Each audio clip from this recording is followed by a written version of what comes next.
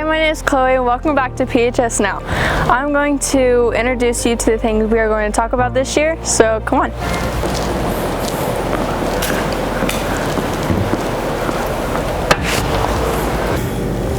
So first we're going to talk about Terry Hemmert, who is a long-term radio host.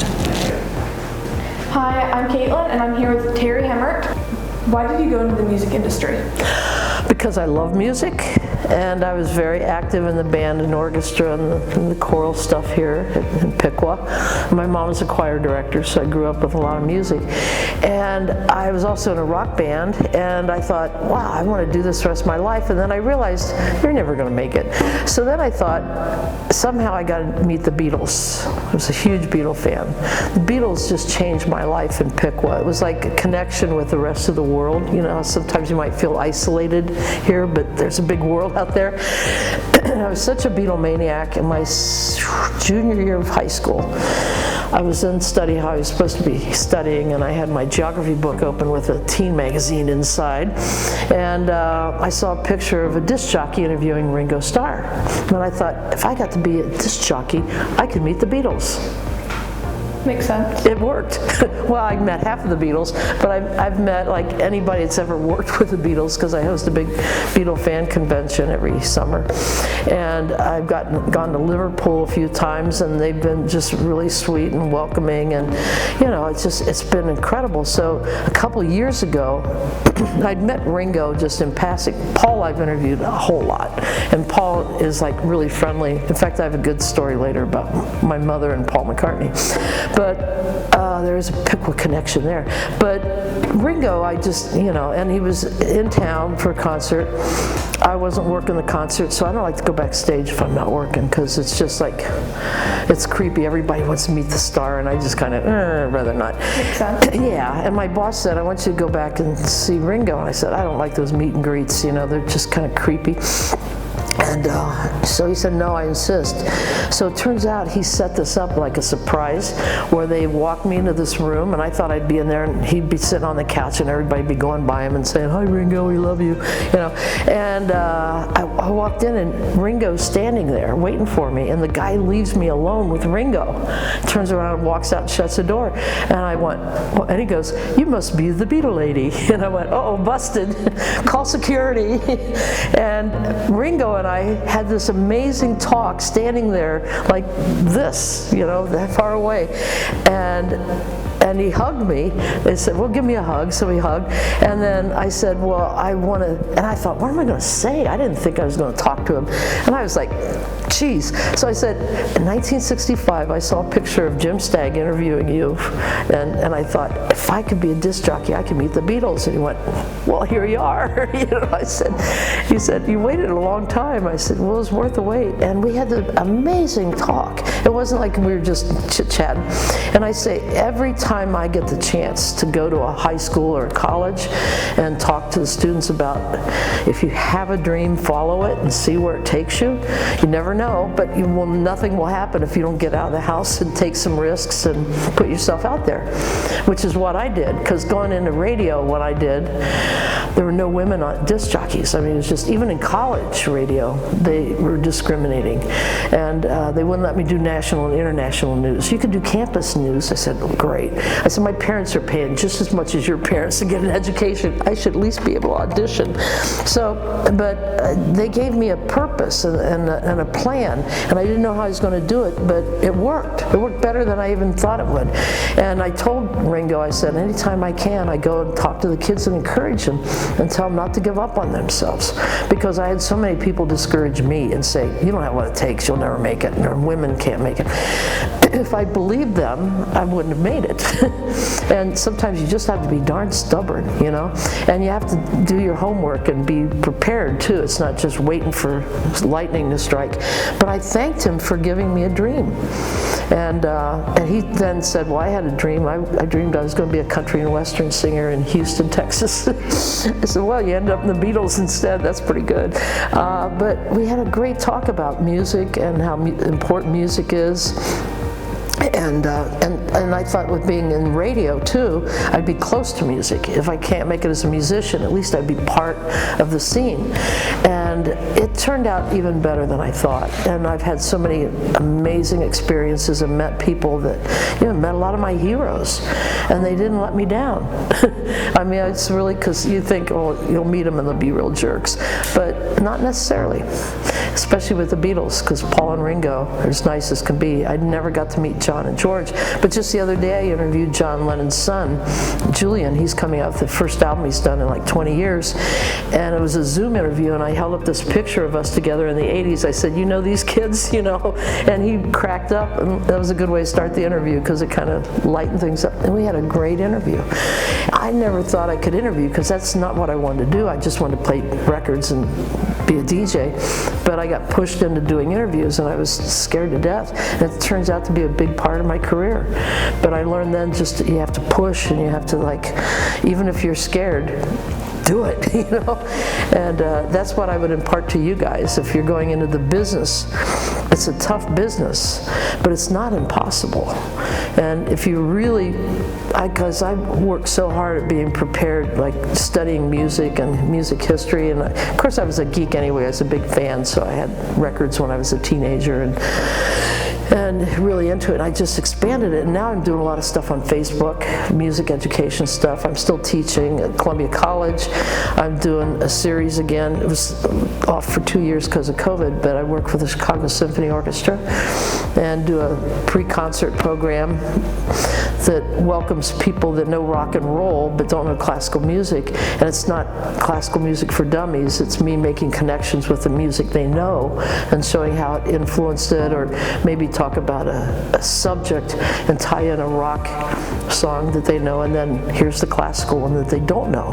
And also I make them laugh at least once, because I think then they're going to be more comfortable walking into a place that can be kind of overwhelming and intimidating. So that's what I do, and I do all that because of my mother, because she was a music teacher here in Chicago, taught at Piqua Central and Wilder. That was the junior high, one of the junior highs, and started a community chorus and was a teacher, and she was just a dynamo. She worked all the time, and she loved her students, and I got that from her too. I love my students. They're my kids. And I'm sure you have a lot of teachers here in Piqua that love you, because I had some great teachers here. I'm giving a long answer, cut me off, but I did a program a couple years ago. It was at the Holocaust Museum in Illinois, and they wanted me to do a program on music and social justice. So I was sitting there on the stage. We were just a couple minutes away from showtime, and this woman came up, and it was sold out. It was like 450 people in this room, and it was packed. And she comes up and says, "I'm from Piqua." I go, "Do I know you?" And she goes, "No, but you probably know my name." And I said, "What's your name?" And said, "Berman." I said, "Was your mother the best history teacher I ever had in my life?" And she goes, "Yep." And I tied her into the program. I said, it all comes from Piqua, because I met these incredible people that taught me and motivated me and helped me grow up and be ready for the world. And I said, Mrs. Berman taught me about history and civics and all this. My mother taught me about music. That's what this program's about. Music meets civics, and so it was really nice to bring it all back to Piqua. But anyway, I've talked too long on that answer, so okay. I'm sure you have more than one question. You said you were in band, correct? Yes. What instrument did you play? French horn. Okay. Can't march with that, but had to march with an E-flat alto horn. But I love French horn, and I played from 4th grade through senior in high school, and then left it behind because I knew I was going to be overwhelmed with doing radio and classes in college. And then, but one year at college, the French horn player, first chair, was sent off to some kind of tour, and they needed me to fill in, so I had to relearn everything, but it was fun. But I decided, okay, you've done enough French horn now. But no, and I got a love of music here because we had all the music stuff, and we'd be in the pit like for the musicals. We'd play and that was fun too, working with the actors. What advice would you give someone who's considering going into the music industry? Well, the thing is, going into something like show business, there's not a plan. There's not like if you want to be a doctor, you know what education you need and your internships and all that. It's all planned out.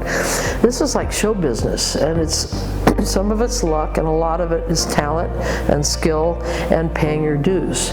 So if you want to go into the media, for one thing, what you're doing right now is really important because you need hands-on experience. We didn't have anything like that here. I'd never been in a radio studio till I went to college, and I picked Elmhurst College out in Illinois because they had a really good-looking studio, and they didn't have egg cartons for soundproofing, you know, like some of the campus stations, and it turned out to be a great choice. But you need to learn your craft, and the fact that you have equipment here and you get to produce things is a good start. And then I would pick a college, even if you don't, like I don't need a college degree to be a disc jockey. I mean, this one guy, a shock jockey, used to be on, and he would make fun of everybody in town, and now he's living in his basement. And he said that he would make fun of my students on the air, which really made me mad. He could make fun of me because I'm a public person, but don't mess with my kids. And he would say, "You bunch of losers, you'll never make as much money as me," as I was an 8th grade dropout. And my kids would ask me about it. I said, he's probably right. You won't make as much money because he made way too much money.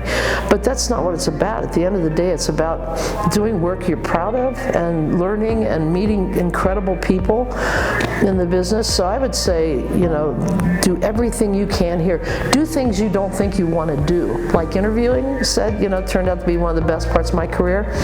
In college radio, they said you have to do an interview series, and I went, no, I don't want to do that. I just want to be a disc jockey. And they made me do it, and it turned out, so you do things you don't think you want to do. You might find something that really you connect with, and you won't know till you tried. So do everything you can, and technically and program-wise, and get all that experience. Pick a college, and again, you don't really need to have a college degree, but it's a good idea to get it because my dad said, I know it's almost impossible for you to get in the radio, you know, being female and all, but he said, I'm going to support you, go and take 4 years of college, get a degree, and go out there and try, but have a plan B just in case you don't make it, so you didn't just throw away 4 years. So my plan B was to be a speech teacher in high school, because I thought then I could help the kids with public speaking skills. That my speech class freshman year, I was horrible at the beginning. I was so shy, I was scared to death, I felt like I was going to throw up. And by the end of the semester, it kicked in, and it really helped me. And even though I still get nervous when I get up and do a big thing, you know, 65,000 people, and I got to get out there and do something, I know that it's okay to be nervous, and I just use that as adrenaline. But I learned that in Piqua, you know, so take advantage of all the stuff you can do here. When you get to college, pick a college that has a good program. Okay, so go to college, take classes, but don't just take tech classes, take history and literature and all kinds of stuff, because get a really good background, because once you get in a position, if you're on the air, you need to talk about stuff. You don't talk about radio, you talk about life or the arts or politics or whatever. So do that, write as much as you can, because writing skills are very important, and just diversify and be ready for anything. And then believe in yourself, and you are going to get fired, you're going to get turned down, you're going to get people telling you forget about it. Just remember that I was told I would never make it in radio. This guy went on to be general manager from Chicago to Florence, Alabama, and I'm in the Rock and Roll Hall of Fame. So who was right? Remember that, okay? It's hard, but hang in there and have a plan B. But do everything you can. Get your hands on everything you can do. That's great advice. Thank you so much. Well, thank you. You did a great job. Thank you. Next, we're going to talk about Bradley Beaker, who is a former PHS student and is now a film producer. My name is Chloe, and I'm here with Bradley Beaker. Why did you choose to go into the film industry? Why did I choose to go into the film industry? Honestly, it was I kind of fell backwards into the film industry. I did not know that I wanted to be a filmmaker when I left Piqua High School. I had no idea. when I left Piqua High School, I was headed to Michigan, and I was going to the College of Engineering. I got an engineering degree, and I went to Colorado, and I took a job in the barcoding business. Barcoding? Which might be as dull as you imagine. Yeah. But I was always I was a diehard movie fan. I watched movies all the time. I loved movies. I loved stories. And I was living in Colorado, and a friend of mine said, "Hey, would you be interested in shooting a documentary with me?" And I was kind of like, "Oh, I don't even know what that means." And long story short, we decided to go out and make a movie we decided to go do some interviews about the end of busing in Denver public schools. They had been busing kids from inner city to the suburbs and from the suburbs to the inner city, and they decided to stop doing that. And we went out and interviewed the mayor, who was black and who had decided that we were going to go back to neighborhood schools. And we started talking to the kids, and there was a story there. And all of a sudden, it was like I was working in this barcoding business, and then at night we would go and we would edit. We would look at the film and look at the footage, and we would be up all night. But it didn't feel like work. It was fun, right? And it was like, oh my God, like this is like the most fun thing I've ever done. And we put it together, and my friend, we sent it off to PBS, and they called and said, "Hey, we're going to put it on the air." And at the time, I was like, "Wait, they pay people to do this? Like, they actually pay people to put stories like this together? Like, this is hard and this is fun." And that was how I got started. It was like, I thought it was the most exciting. I thought it was fun. I thought it was interesting. I thought it was a way to learn all kinds of things, and you could talk to lots of people. And I sort of, at that point, it was like, I called my mom and dad. They were in Piqua, and I was like, "Hey, I'm gonna change careers, and I'm gonna get into the film business." And they were like, "Don't do anything yet." And they flew to Denver and took me to dinner, and they were like, "You're crazy." And I was like, "I know, but I gotta try this." Yeah. And that was how it started. So is that why you stayed? Because it didn't feel like a job? Like it was just fun? Well, from there, it's like, it's really a bizarre, it's like, look, once you commit to this idea that, hey, I'm going to do something, right? It was like, I got there, and when I got to, it was like over the river and through the woods, and I moved to Los Angeles, and when I got there, it was hard. Mm-hmm. It was like, you send out 100 resumes, you don't have a job, you're broke, you're living on someone's couch, someone comes to you and is like, "Hey, you can't sleep on my couch anymore, you have to go tonight," right? And you're like, where am I going to go? And my first job, I was working in Merv Griffin Productions in the maintenance department. I was the only guy that spoke English, right? And it was like, so nobody talked to me all day, right? And we were painting walls, right? I didn't go to LA to paint walls, and I had an engineering degree.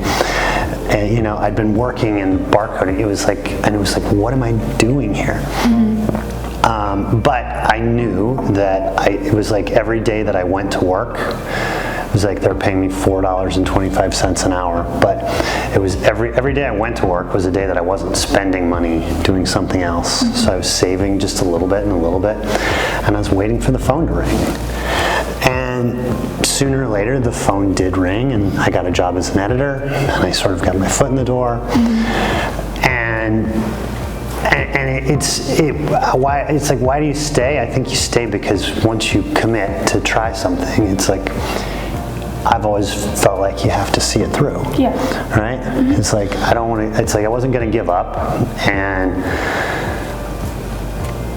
it was like, but it was hard, right? And there were a lot of ups and a lot of downs. It's like, failure is definitely a big part of working in media, right? You're gonna fail, and it's like, but that's okay, mm-hmm. right? It's like, you just keep going. So what was the overall so far? What was the biggest obstacle that you've had to go through? Let's see, the biggest obstacle. I mean, I think in the... Is that distracting? Yeah. Oh, a little. We'll just wait for it to pass and Yeah. end it out. All right, no problem. Man. I'm pretty sure they said they were doing it. I just didn't hear it. What are the announcements? Oh, the band is out. I forgot. Yeah. All right, I think we can. Okay. Let's see. So I think, well, the biggest obstacle was just getting your foot in the door, Yeah. right? And sort of, it was like, look, it was like, so I moved to LA. It was like, I worked a lot of random jobs. I ended up deciding to go back to school, and I went to the American Film Institute, which is in Hollywood, and it's like an MFA program, so it's a graduate degree. And there I really started to meet people that worked in the business. You know, I left Piqua, I didn't know anyone. I didn't know anyone in LA. I didn't have any contacts. It wasn't like I had a friend whose dad was a producer.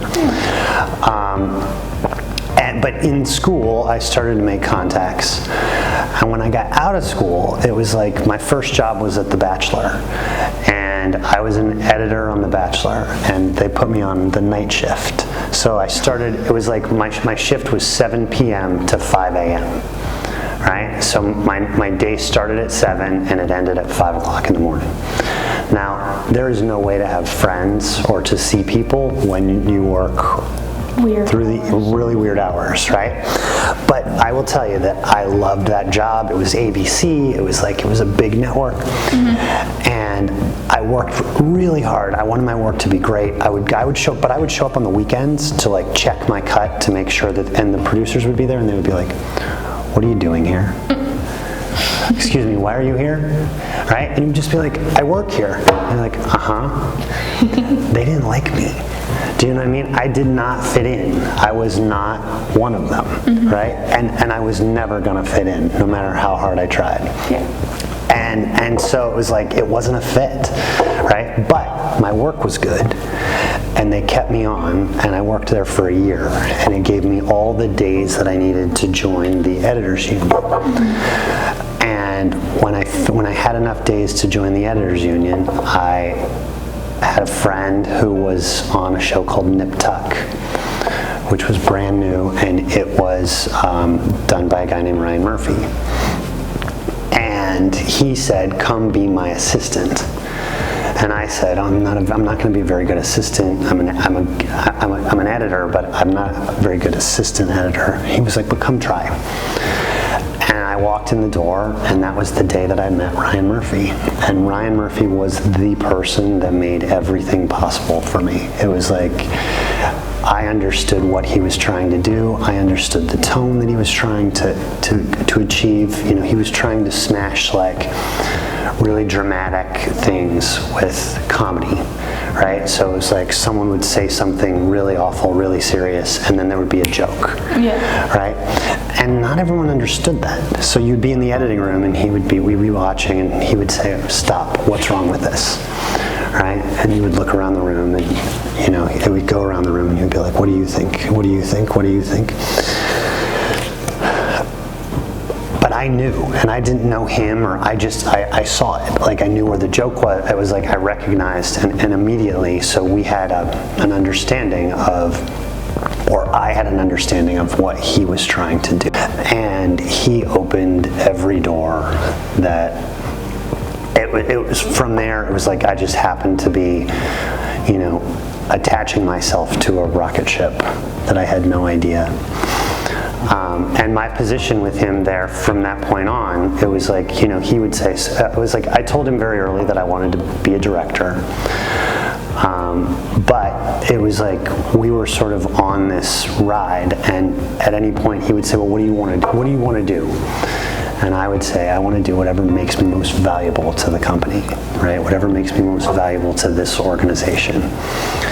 And that was when, and it was and so I just, instead of turning it into, hey, this is about me, hey, this is where, it's like, I need this, it was like, hey, where do you want me? Where can I help you the most? And we built a trust and a friendship that allowed me to grow with all, and it was like all of a sudden then it was like there was Glee, there was American Horror Story, there was The New Normal. We had a musical comedy and a horror story and a half hour comedy, all on different points in the Fox lot. Or it was the Paramount lot at that time. But we were in all different places all around all around this lot. And I got to work on all of them. Like, I got to work on the comedy, I got to work on the horror story, I got to work on the musical drama. And it was so much fun. I love those shows. They're one of my favorite shows. Really? Yes. So, like, with all the memories that you've had throughout the years, what was the best one that you can remember? The best one that I mean, it's like, look, it was like probably the biggest moment for me was when it was like Ryan, we had done Eat, Pray, Love, and we had finished Nip Tuck, and we were working on Glee, and Ryan came to me and said, it's your turn, you're going to direct. And he gave me, and he was like, but I'm going to give you a special script. And he sent me, the Glee episode was called Never Been Kissed. And it was when Karofsky, the bully, decides to kiss Chris Colfer. And in that episode, it was the introduction of Blaine, who's Darren Criss. And Darren Criss had gone to Michigan, where I went to school, right? And so we had an immediate connection. But I got to direct Darren for the very first time Darren was on television. He and I were working together, right? It was the very first time that I got to direct, and it happened to be a very specific high school story about being bullied, right? That I think I related to directly and I understood, and that was probably the moment that changed for me, when I got to direct that episode. It makes a lot of sense. So, 4 minutes? 4 minutes. Okay. Should we just, scroll down a little bit, Bethany, please. Scroll down. We're gonna just do those 2 questions. So, how do you know what will make a good production, like a good film? How do you know, like, what comes to mind that you think would be like good to film, if that makes sense? I don't think you ever really know. It's like, I mean, in terms of, it's like, well, let's say it this way. It's like, what would be a good production? It's like, it's like any good story, any story that moves you, right? And it's like anything that, we used to say there's a lot of content out there, but I only want to work on things that are about something, right? It's like we want to be talking about something, and it doesn't. I don't look at that as being something that's didactic, or I'm not looking to lecture anyone or tell anyone what's right or wrong. I think people have to decide that for themselves. But how can you put both sides of the story out there? Right?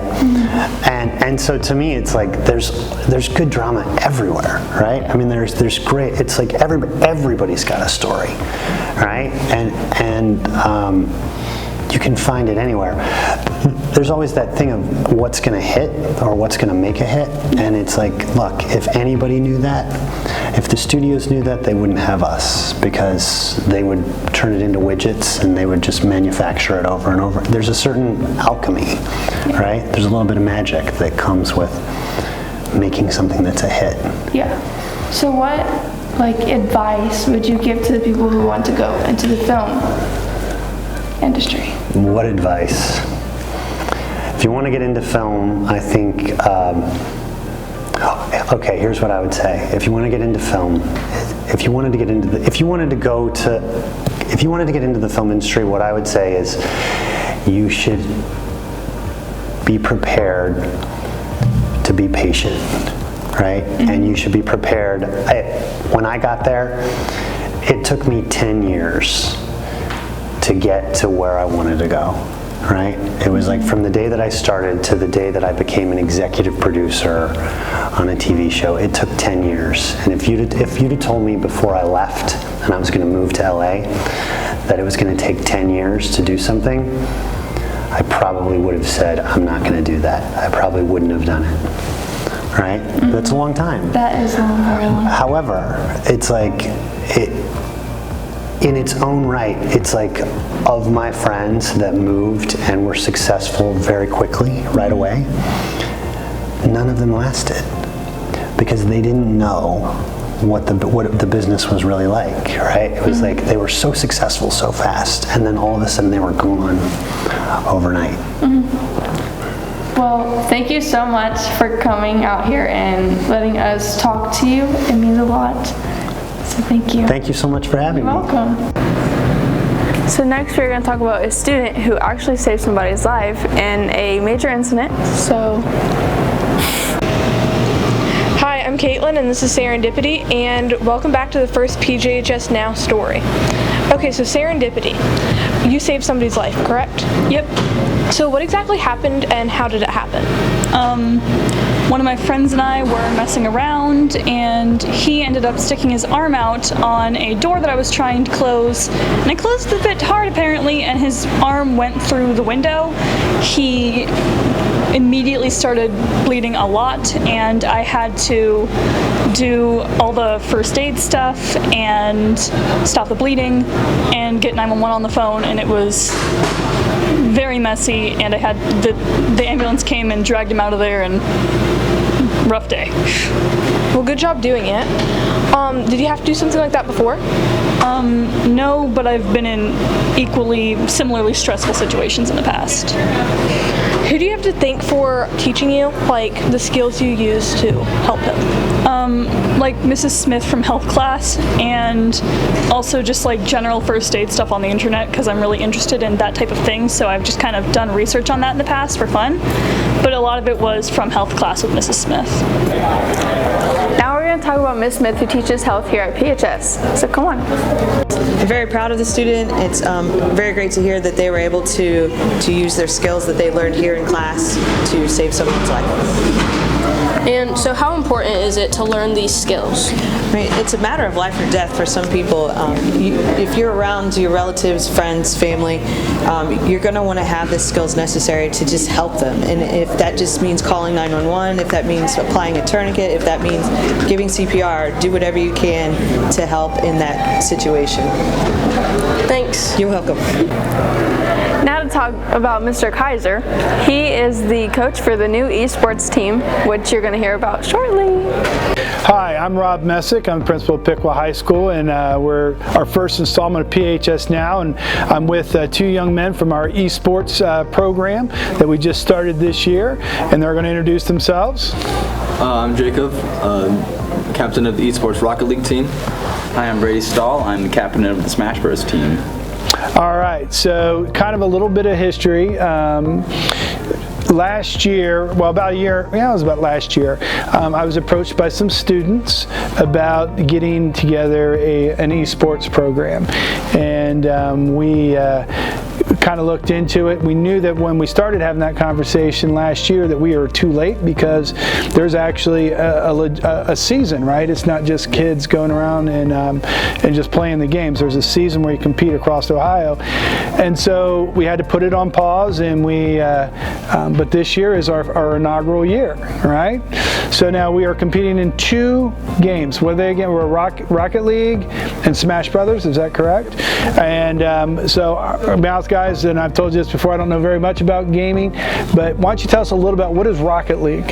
Rocket League is basically soccer, but online, and it's well, with cars. Okay, and so you guys have already started playing. So I've witnessed you guys playing some games and stuff already. You're practicing against some other schools, and so how's our progress going? Are we doing? You feel like we're getting better at Rocket League? Yes, we're getting way better at Rocket League. From when we started, we had 2 players that weren't really good at Rocket League, and 2 players that were, and those 2 players helped us out and got us to where we are now. Excellent, excellent.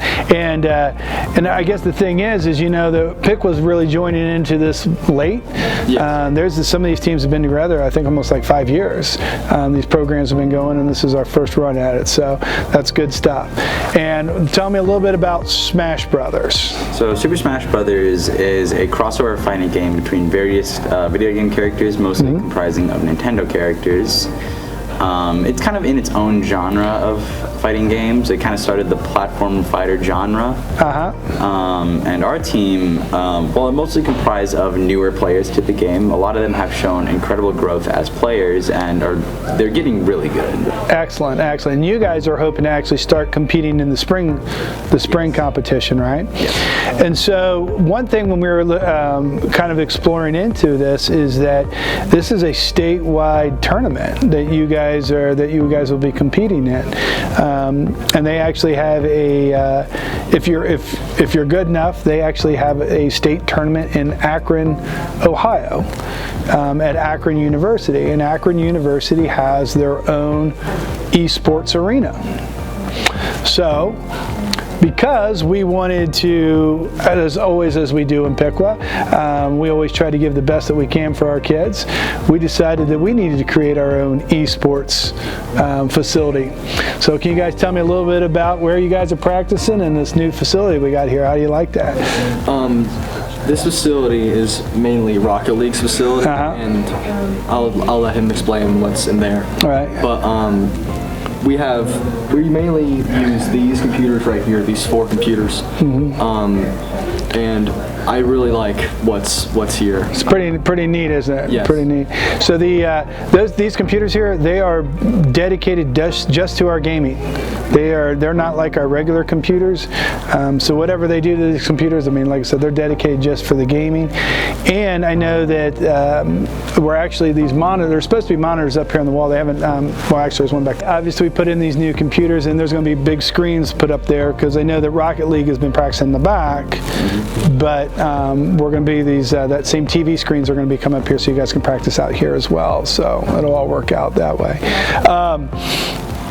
What do we need to do, you think, as to help grow this esports program, Brody? I think we just need to push a little bit more. It's a very new thing, and I feel like most new things start off small, but they will eventually grow into something great. So I feel like we just need to push the esports team to become more, encourage more people to join it, even if they don't really know all the games. I think a big way that we could also do this is adding more games. So right now we just have Smash Bros. And Rocket League, but maybe in the future we could start adding games like Valorant, Fortnite, or League of Legends, these other very big esports games to our repertoire of games that we currently have, and that should encourage more people to want to join. Excellent. So you don't have to play the game or be really great at the game at first. You can actually come in here and learn how to play it through the practices. Yeah, there's always going to be someone who knows a lot about the game already here and will be willing to help teach you, kind of the ropes. Like the Smash team, the newer players, we taught them first the basics of Smash Bros. Right. The bare minimum stuff that you need to know about the game in order to play it, just casually. But then, as they kept getting better and better and more comfortable with that, then we started piling on new things. Like eventually, we started teaching them about. Oh my gosh, I'm sorry, my mind blank for a second there. We started teaching them stuff about DI or teching, stuff that you need to know in the competitive field. Gotcha. Outside of just the casual field. Once they got more comfortable with just the base game itself. Okay. And so, but when I've been noticing your guys' practice, each day I come down here, it seems like a new person shows up. You know, you guys are kind of growing a little bit here organically, right? People are just kind of showing up. If somebody wanted to get involved in esports, they can just come down here, probably talk to Mr. Kaiser, our coach, right? And they can come down and be a part of the group, right? Yep, right. Excellent. And you guys are practicing 3 days a week, right? Yeah. Tuesday, Wednesdays, and Thursdays. And Wednesday's the optional day if you have something going on that day. We're both part of the show choir, so I don't know if you come down here during Wednesdays, but I don't. Yeah. Right. Just because I need to get home and take care of things there before I go to show choir. But yes, 3 days a week. Wednesday is kind of that optional. Okay. If you have something going on, you can miss it. And then there's competitions on Thursdays. Yep. And then in the spring of this year, we are going to be actually competing in both Smash Brothers and in Rocket League, right? Yep. All right. And I heard, you guys probably don't know this. Yeah, we talked a little bit, but we're trying to get something up where you're going to actually have a match versus Troy this fall, so you get an opportunity to go against them. So that's very important. Gentlemen, thank you so much. This is a great facility. You guys are doing a great.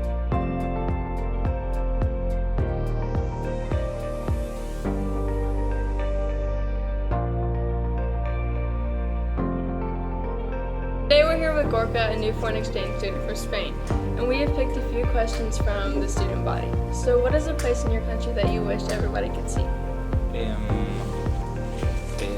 There is a city near where I live that is called Bilbao, and there is in that city a very good soccer team that I support.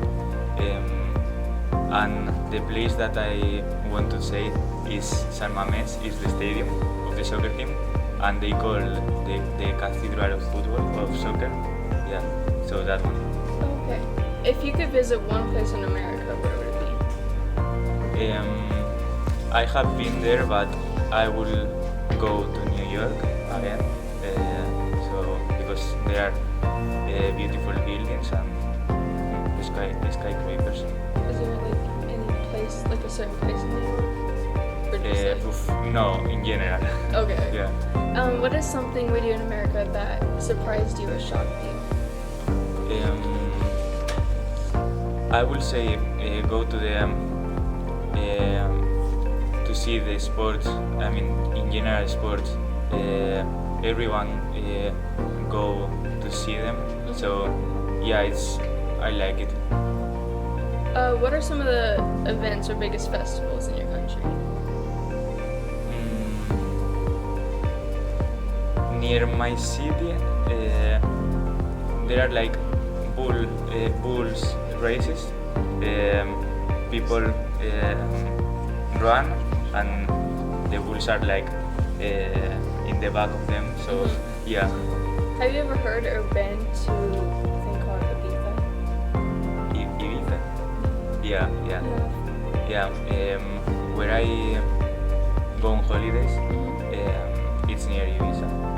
So yeah. Do you like it? Is it like? Can you describe it? I haven't been there, but I have seen pictures, and yeah, I would recommend to go there. Do you have any questions for me? No. No? Okay. But thank you so much for having me here. Oh, thank you. If you see him out in the hallway, make sure to say hi. Hi, I'm here with Sonia, our new foreign exchange student from Armenia. And today we have a few questions that we have picked from the student body and that we're going to ask you. Okay. So what are some of the biggest events or festivals in your country?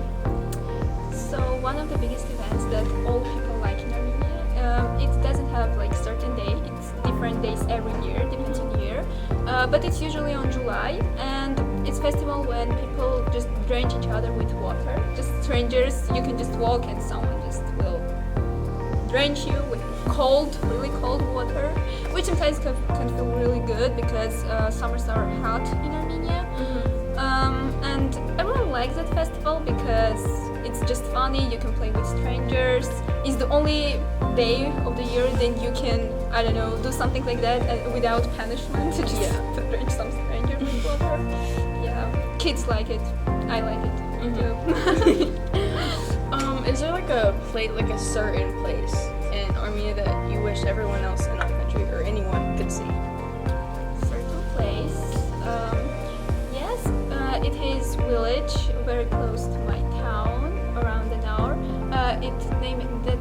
Ratev.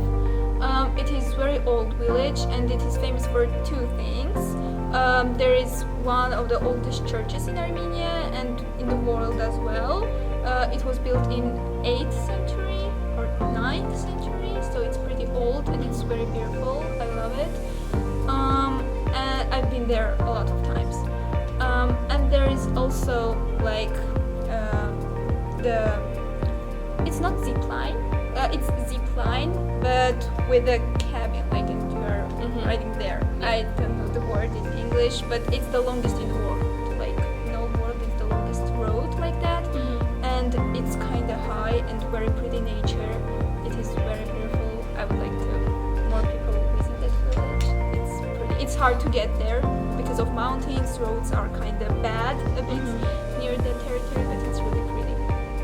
If you could visit one place in America, where would it be? New York, I think it's the most common answer, but I would just really want to see that city. Just more certain place, I don't know. Just Isn't New York because of the buildings and the lights? A lot of people say that. Is there anything in America that we do that surprised you or like shocked you? That shocked me. A lot of things now, because everything you do like differently. First of all, I guess sport events. Like you pay big attention to sports here. School sports, like a lot of people attend them. In Armenia, we don't have school sports, but even if we had, I guess not really. A lot of people would attend some sport events because you have to pay for them, and people would be like, "Why it's just football? Why I should go there and pay $9 for the ticket? It's just and it's cold there." And people, no, I'm staying. But here, people pay a lot of attention to that, which is kind of cool. I like sport events here, games. I like them. So yeah, yeah. So just the sporting events? Yes. If I was to be a foreign exchange student in your country, what advice would you give me? I would say just don't be scared to talk to people because actually it's not about only my country, it works everywhere. You don't have to be scared of your like language skills because people don't pay attention to that. If you try, you will be fine. I give that advice to myself too here to try to speak in English, and I would give that advice to every other foreign exchange students. Don't be afraid to speak, even if you have terrible accents, and even if the only thing you can say is hi and a goodbye. Well, that wraps up the first episode of PHS Now. Remember, my name's Chloe, and I can't wait to see you next month.